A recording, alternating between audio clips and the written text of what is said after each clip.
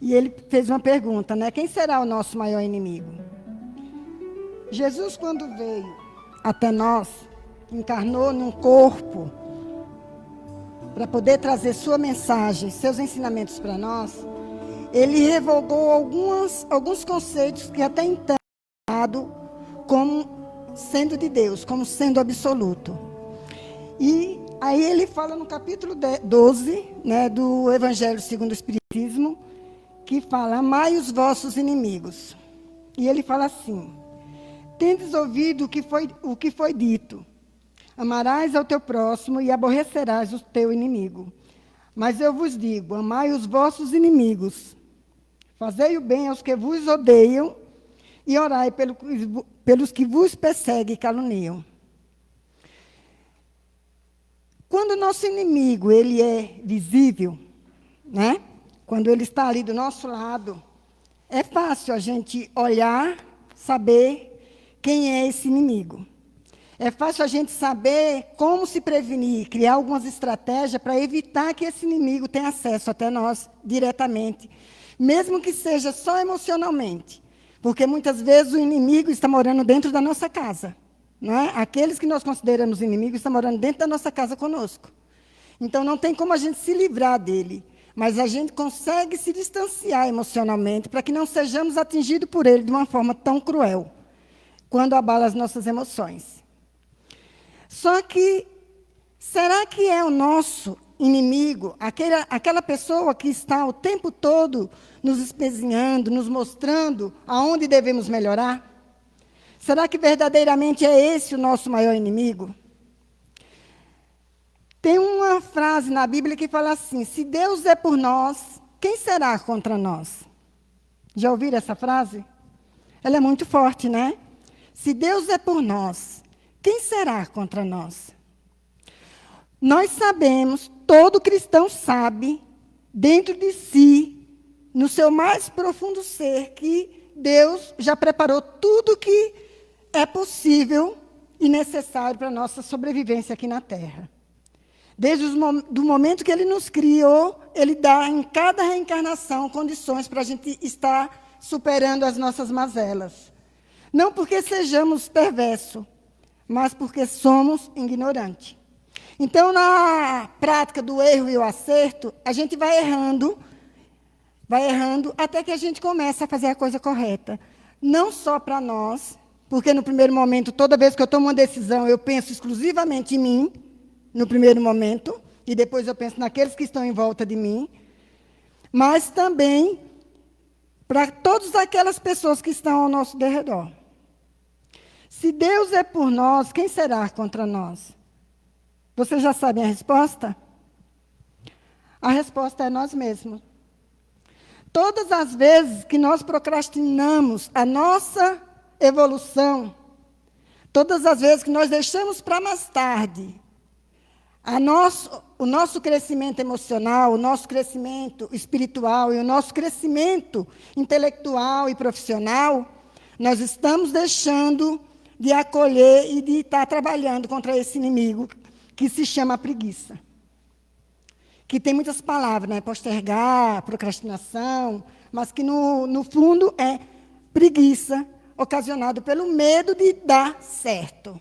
Aí vocês vão dizer assim, como ter medo de dar certo? Muitas vezes a gente tem medo de ter sucesso. Porque lá atrás, quando a gente era criança, muitas vezes a gente ouviu dizer assim, para com isso, menino, faz direito, você é muito burro. E nós acreditamos nisso e fazemos que isso se torne uma crença em nossa existência. Acreditamos em crenças limitantes que faz com que nós achamos que não somos capazes de aprender uma língua nova, de aprender uma profissão, de termos sucesso na vida. Todas as vezes que nós acreditamos que somos incapazes, nós estamos voltando a quando nós éramos crianças, que alguém lá na infância falou para nós. Às vezes a mãe, às vezes o pai, às vezes um professor, às vezes uma tia, não importa quem.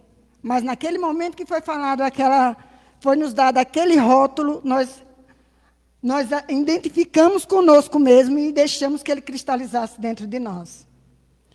Então, se a gente começar a perceber que esse inimigo mais feroz, mais limitante, somos nós mesmos, muitas vezes a gente busca uma casa religiosa acreditando que o nosso inimigo é aquela pessoa que tem a obrigação de nos fazer felizes. Por exemplo, a minha esposa, o meu marido, o meu filho.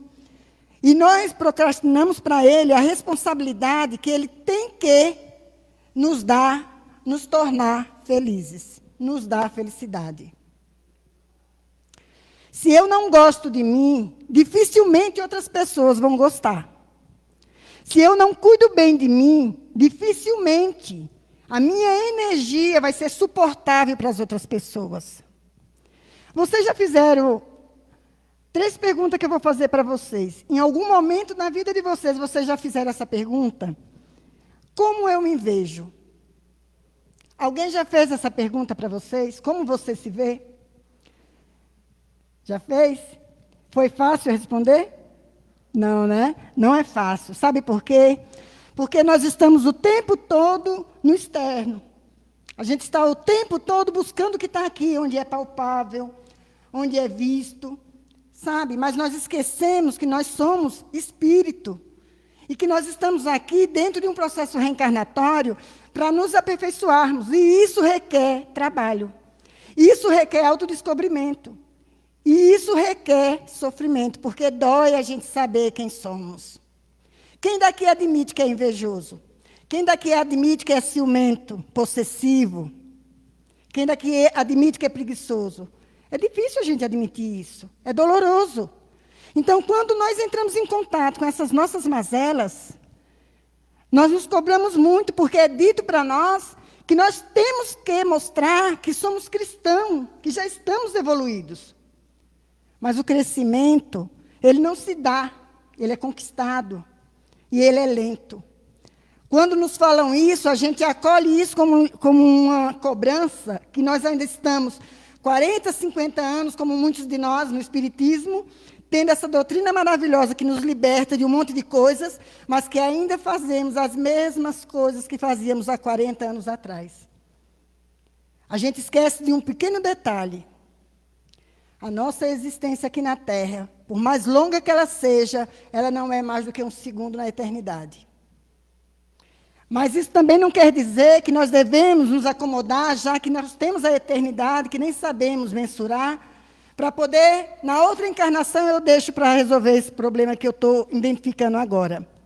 Porque esse problema que estamos identificando, eles prejudicam a nossa vida aqui e agora. Nas relações com o outro, na relação conosco mesmo. Quando eu olho para um corpo sarado, todo malhado, de uma mulher que faz 10, 12 horas de academia por semana, eu olho para ela e falo, caramba, eu gostaria de ter esse corpo. Mas em nenhum momento eu deixo de comer o pão, eu deixo de comer o doce. Em nenhum momento eu rejeito a 2ª ou a 3ª fatia do bolo do prestígio. E estou falando de verdade, gente, eu não rejeito mesmo. Então, como é que eu quero ter um corpo perfeito, que tem uma alimentação perfeita, ou tenta, né, ter uma alimentação natural, eu conquistar aquele corpo se eu não trabalho em nada na minha vida? Se eu só trabalho o dia inteiro sentada, chego em casa ainda vou ficar sentada e comer e depois vou dormir. Então, como é que nós podemos desejar as coisas que estão lá fora? E uma coisa, segundo Freud, a gente sempre estamos nos projetando no outro. Eu só identifico alguma coisa em mim se a minha irmã, se o meu irmão que está na minha frente estiver. Porque se for algo desconhecido, eu não vou identificar. E quando nós identificamos que somos invejosos, a gente começa a usar palavras mais suaves. Principalmente nós que somos cristãos, né? Por exemplo, um espírita não faz fofoca, ele faz análise. E eu já sou mais escrachada, eu fui fazer psicologia justamente porque eu adoro uma fofoca. E psicologia, eu sento ali a pessoa e começo a falar da vida dela. Mas eu ganho para isso. Então, fui mais esperta do que vocês. Né? Então, assim, se a gente começa a identificar as nossas mazelas, a gente começa, no primeiro momento, a dizer, preciso mudar. Porque isso vai começando a atrapalhar a nossa convivência com as outras pessoas. Dentro da nossa casa, que é a microsociedade, mas também se estende ao nosso trabalho, ao nosso estudo, a todas as áreas da nossa vida. Todos nós já tivemos dificuldade de relação com qualquer pessoa, mesmo que não tenha sido aquelas coisas violentas, porque muitas vezes a gente acredita que não pode revidar, não pode mostrar quem nós somos, porque se nós mostrarmos quem somos verdadeiramente, o outro não vai nos amar. Quando a gente ouve essa pergunta, como eu me vejo, se torna muito difícil de responder. Tem outra pergunta também que ela é muito interessante, que ela fala assim, como você vê o outro? Como nós olhamos as outras pessoas? A gente só olha para o corpo? A gente só olha para os cabelos, para o que eles têm, para a casa que eles moram? Como é que nós estamos observando as outras pessoas? Quais são os olhos que observam as outras pessoas? Isso é muito importante a gente ter noção disso daí. Outra pergunta também é como nós vemos o futuro? Dentro do processo cognitivo que o Becker trouxe para nós, ele fala que essa tríade de como eu me vejo, como eu vejo o outro, como eu vejo o futuro, fala das 3 crenças limitantes que nós temos dentro de nós. A crença do desamor, a crença do desvalor e a crença da desesperança. E dentre essas 3 crenças, está todas as outras que nós temos a todo momento na nossa cabeça. Quando eu acho que o outro é mais bonito do que eu, mais inteligente do que eu, quando eu uso essa comparação, eu estou massacrando o esforço que eu fiz até aqui, de tudo que eu conquistei, porque eu não sou só sombra, eu não tenho só defeito, ninguém tem só defeito, também não temos só virtudes, mas estamos no aprendizado. Mas quando eu acho que o outro sempre é melhor do que eu em tudo, eu estou massacrando essa pessoa, que se esforçou muitas vezes para melhorar em algum ponto que ela já identifica, porque tem pessoas que estão no convívio com ela que elogiam algumas coisas. E isso não é dado, isso é uma conquista pessoal. E muitas vezes com muito sacrifício. Só que nós temos que identificar se essas qualidades que nós estamos identificando em nós, se realmente elas são coisas que nos fazem ficar em paz conosco mesmo. Se não são crenças. Por exemplo, se eu sou uma pessoa que meu marido chega em casa, e a casa tem que estar perfeita, os filhos já tomaram banho, eu toda cheirosa, porque ele não pode sentir mau cheiro, porque senão ele não vai mais gostar de mim. A comida na mesa, e eu não posso, tudo que ele quiser eu faço para ele, como se eu fosse uma geisha. O que eu estou mostrando para ele é uma mulher muito enfadonha, mesmo que ele queira, mesmo que ele goste no primeiro momento. Mas a crença limitante que tem por detrás disso é se eu não agradar, ele vai arrumar outra melhor do que eu e vai embora. A mesma coisa é quando a gente está num relacionamento que a outra pessoa vai embora porque se apaixonou por uma terceira pessoa, que a gente fica morrendo de ódio da outra pessoa, porque ela, acreditando que ela é melhor do que nós em algumas qualidades que nós não temos, nem sabemos se um dia vamos ter. E mais uma vez estamos nos comparando. Isso mostra muito do nosso orgulho, do nosso egoísmo, quando a gente acha que o palco da vida é só para uma estrela, só nós podemos brilhar. Ou então nós temos que nos obscurecer para que o outro brilhe. E aí, quando ele se cansa de nós, ele encontra outra pessoa que também, assim como ele, quer brilhar nesse palco. E isso é muito importante a gente saber. Quando eu conheço quem eu sou, e eu identifico as minhas limitações, e eu identifico as minhas potencialidades, eu tenho recursos para estar buscando modificar o que precisa ser modificado, que é frágil, e aumentando aquilo que já é bom. E se você observar nesse momento da sua vida, você vai ver que você já faz isso, só que não se dá conta. Sabe essas mulheres pera, melancia, mamão, um monte de coisa que tinha há algum tempo atrás? Lembra que tinha uma que ela falava assim, quando você fizer alguma coisa, dê beijinho no ombro. Eu gosto muito dessa frase. Porque esse beijinho no ombro é o reconhecimento do valor que você tem, do esforço que você faz para você estar lentamente matando esse inimigo que diz que você é incapaz, que diz que não é possível você ser melhor do que você está nesse momento. E a palavra real é essa: estamos, porque o tempo todo nós estamos nos construindo. Tem um livro que fala que o rio não olha para trás. E esse livro é extraordinário, porque ele está mostrando justamente isso. Você está na beira do rio, o tempo todo o rio está ali, aquele monte de água, mas não é a mesma água em nenhum segundo. Porque o tempo todo aquela água que você viu a princípio já foi embora. E ele não olha para trás. Nós não podemos fazer isso. Porque não tem como esquecer quem fomos. Por quê? Porque é olhando para trás que a gente vai ver no que a gente se melhorou, no que a gente precisa aprimorar, no que a gente precisa modificar. Não é? É olhando para trás de vez em quando que a gente fala: nossa, há 10 anos atrás eu era assim, assim, assim, olha como eu modifiquei. Há 10 anos atrás eu falava tanto palavrão, hoje eu não gosto mais de palavrão. Eu adorava funk, hoje eu não gosto mais de funk, eu gosto de uma música mais erudita, de uma música mais clássica, de um rock menos pesado. Então, a gente vai notando a nossa evolução se, de vez em quando, a gente dá uma olhadinha pelo retrovisor. Mas é dar uma olhadinha e não ir e ficar. Porque quando eu vou e fico, a gente vai e fica sempre quando eu tinha o corpo de 20 anos e não esse de 60. Quando eu tinha possibilidades de correr e hoje eu não consigo mais. A gente começa a fazer essas comparações, quando, na verdade, a gente tem que fazer comparação conosco mesmo. Quanto que nós mudamos emocionalmente, espiritualmente, intelectualmente, e não no nosso físico, que é uma coisa natural, vai da genética, não tem jeito. Vai sim cair tudo, vai sim se desmontar tudo, e é natural isso daí. Graças a Deus que existe a reencarnação, a gente tem a esperança, né, de vir com outros corpos. Mas, nesse momento, a gente tem que aceitar como nós estamos fisicamente, melhorar aquilo que é possível, mas não ficar nos comparando com outra pessoa.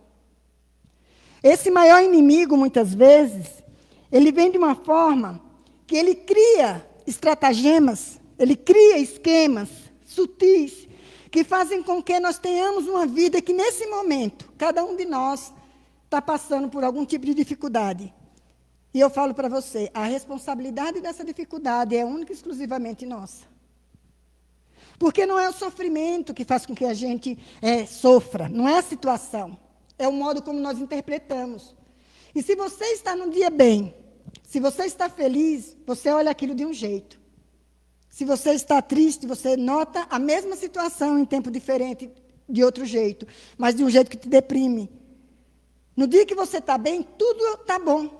Parece que tudo conspira. Por quê? Porque a sua energia está boa. Você está aberto para o novo, para o desconhecido.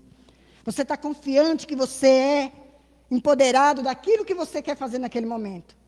Mas quando qualquer pessoa chega para você e fala qualquer uma daquelas palavras que foi dita lá no passado, que você é feia, que você tem um cabelo assim, que você tem a perna assada, você começa a se deprimir, você acredita nisso e se limita. E isso faz com que você paralise, que você se culpe, que você tenha tristeza e que você tenha raiva da vida que você está vivendo. A vida que nós estamos vivendo hoje é a melhor época de toda a nossa existência. Por pior que estejamos nesse momento, nós estamos no melhor momento da nossa existência. Dentre todas as reencarnações que nós estamos trazendo de lá do primitivo até agora, estamos no melhor momento da nossa existência. Estamos convivendo com uma tecnologia extraordinária que nos mostra as possibilidades que muitos da minha idade nem sonhavam em ver. Só que nós estamos nos distanciando daquilo que é importante, que somos nós mesmos. Tem uma palavra no Evangelho que fala assim: amar a Deus, que é uma das leis, é a primeira lei. Amar a Deus sobre todas as coisas e ao teu próximo como a ti mesmo. Eu gosto muito de inverter, porque nós não temos capacidade de amar a Deus. Nós não amamos quem não vemos. Isso é coisa que muitas religiões colocaram dentro da cabeça da gente e querem porque querem que a gente acredite nisso. Mas pare e pense. Nós não amamos a Deus. Nós nunca o vimos. Mas nós amamos a Deus através da criatura que está do nosso lado. Através daquele meu marido, que é tão implicante. Através daquela sogra que toda hora está mostrando os meus defeitos, dizendo que eu não sou boa o suficiente. Através daquela mãe que o tempo todo é rígida, que não deixa eu me desviar um minutinho do caminho, nem que seja para fazer uma brincadeira de mau gosto com um colega, porque ela me puxa para o caminho certo.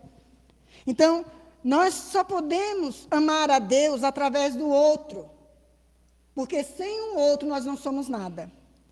Mas esse amor, ele só se constitui num sentimento de cuidado, de carinho e de verdadeiramente amor fraternal quando nós amamos a nós mesmos. Não adianta eu elogiar o outro e eu me depreciar o tempo todo.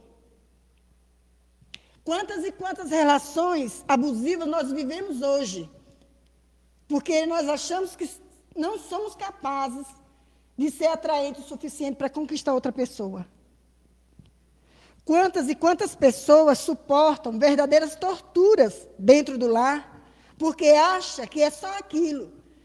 Se não for aquela pessoa que está ali na nossa companhia, ninguém mais vai nos dar valor. E uma grande verdade, ninguém vai dar valor mesmo. Porque se nem a gente mesmo se dá valor, como que quer que o outro sinta que nós temos algum valor? Por isso o modo de como eu me vejo é muito importante. Por isso o modo de como ver o que é que eu já conquistei de virtude e quais são os meus reais sentimentos e minhas atitudes, eu posso ver quais são aquelas coisas que dificultam a minha relação com o outro e comigo mesmo. Eu trabalho com bastante jovens, né? E eu trabalhei com um garoto, porque na saúde pública a gente tem tempos limitados, né, para estar atendendo. Não é como num particular que você pode atender o tempo que o outro quiser pagar, né? E esse menino, ele tem 16 anos. O pai dele é muito quieto, a mãe dele é muito, muito exageradamente extrovertida. E esse contraste do pai ser quieto demais e a mãe extrovertida demais fez com que ele começasse a ficar cada vez mais se sentindo inferiorizado. Ele falou para mim assim: Rosa, eu acho que esse mundo não tem espaço para mim. Porque é tanta coisa que eu vejo lá em casa, assim, tudo, minha mãe é muito assim, exagerada. E meu pai é tão contido, tão contido, tão contido, que eu tenho medo de tentar imitar algum deles dois. E aí eu me escondo dentro do meu quarto, com um fone no ouvido e passo o dia inteiro no celular ou então no computador. E foi uma luta trabalhar com esse garoto, porque ele achava que ele tinha algum defeito. Porque quando ele falava alguma coisa, que falava um pouquinho mais alto, o pai o comparava com a mãe. Nossa, você é escandaloso igual a sua mãe. Quando ele estava no quarto, ou fazendo as atividades escolares, a mãe reclamava porque chamava ele uma vez e ele estava concentrado e ele não ouvia. Nossa, você é mudo e tapado igual seu pai. E o menino cresceu ouvindo essas duas vozes e isso ficou latente dentro dele. Todas as vezes que é para ele fazer um trabalho de escola é uma tortura, ele tem que tomar medicação para ele conseguir apresentar o trabalho. Porque essas vozes demandantes ficam punindo ele o tempo todo. E quantas vozes demandantes assim nós construímos dentro de nós? Quando uma pessoa fala que nós não somos capazes, e nós enfrentamos isso, nós provamos para nós mesmos que nós temos capacidade sim.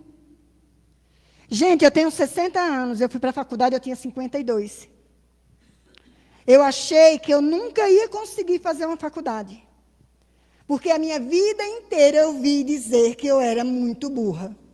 Eu sempre tive muita dificuldade de aprender. E, honestamente, sem falsa modéstia, eu me acho um excelente profissional. Não paro de estudar. Tenho um pouquinho mais de dificuldade, então eu tenho que me esforçar mais. Mas eu tenho que provar para mim mesma que eu sou capaz. Eu tenho que provar para mim mesma que, assim como qualquer outro, a gente é capaz de modificar a nossa história. Porque o outro não vai fazer isso. Nós vamos ter muitos sirineus na nossa vida, que por um tempo vai levar a nossa cruz. Mas, de forma nenhuma, ninguém vai carregar a nossa cruz o tempo todo. Eu vou ter aquele amigo que vai me dar o ombro para me chorar, vai me dar o ouvido para me escutar, vai me ajudar financeiramente no momento de tristeza, mas isso é por um momento. Lembra da palavra do Cirineu? Quando Jesus está subindo com a cruz todo machucado, o guarda pega um homem que estava vindo do trabalho e força ele a carregar um pouco a cruz. Ele carrega um pouquinho, ele fala, toma que a cruz é tua. E vai embora. E a cruz é nossa. A nossa existência é responsabilidade nossa. A nossa felicidade é responsabilidade nossa. Só nós podemos fazer a nossa vida se transformar naquilo que nós queremos que ela seja. Só nós temos esse poder. E a cada dia, a vida está mostrando que nós somos capazes de mudar. O tempo todo, a gente está vendo mulheres e homens se reinventando. E nada mais do que real, é só observar esses 2 anos de pandemia. Muitos de nós pensávamos que ia morrer de fome. Mas o país não parou, a nossa vida não parou. Nós fomos em frente. Nós provamos a nós mesmos que esse inimigo feroz que existe dentro de nós, que de vez em quando nos limita, ele pode ser domado. Que na hora da necessidade a gente fala, se esconde aí porque agora eu tenho que fazer. Não dá para mim ficar ouvindo você e sentar aqui e chorar. Eu tenho que lutar para viver. Mas só quem pode fazer isso somos nós. Quando Deus nos criou, Ele colocou dentro de nós todas as potencialidades que Jesus tem, gente. Por isso que Jesus falou, vós sois deuses, podeis fazer o que eu faço e muito mais. E Jesus não mente.